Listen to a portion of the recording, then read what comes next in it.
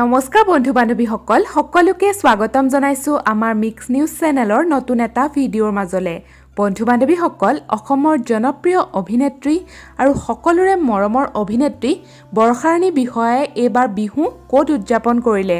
জনাই আছো আপোনালোকক এই ভিডিঅ'টোৰ মাজেৰে গতিকে অকমানো ভিডিঅ'টো স্কিপ নকৰাকে হেখলৈকে চাই থাকিব অসমৰ মুখময়ী অভিনেত্ৰী বৰ্ষা ৰাণী বিষয়াই এবাৰ বিহু উদযাপন কৰিলে তেওঁৰ স্বামী ভাস্কৰ বৰুৱাৰ ঘৰ যোৰহাটত